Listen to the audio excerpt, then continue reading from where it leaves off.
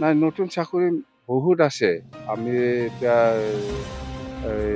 প্ৰমোদ বড়োৰ দিনত যিবিলাক চাকৰি দিছে, সেইটো আমি আকৌ ৰিএনভিক্সেশ্যনৰ কাৰণে আমি আমাৰ ডিপাৰ্টমেণ্টেল অফিচাৰসকলে কৰি আছে।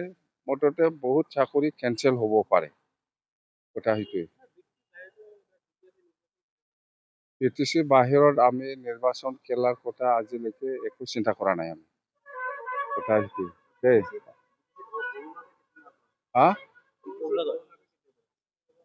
PTC অৰুণোদয় আঁচনিটো আমাৰ অহা 9 তাৰিখৰ পৰা আৰম্ভ হ'ব। গোসাইগাঁও 12 তাৰিখ নহয়, 12 তাৰিখ নহয়, 9 তাৰিখত,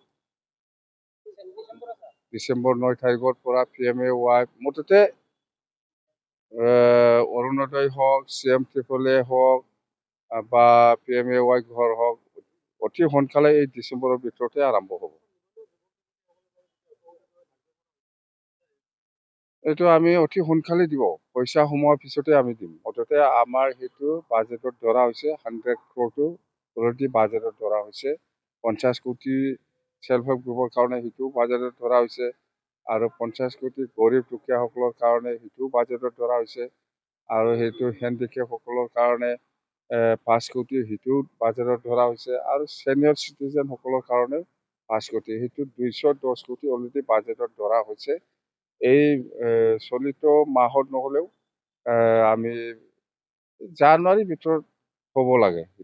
আমাৰ বেকাৰ ল'ৰা ছোৱালীসকল আছে, বহুত চাকৰি ওলাব, ইহঁতে ইণ্টাৰভিউ দিব, মেৰিট বেচিছত চাকৰি পাব।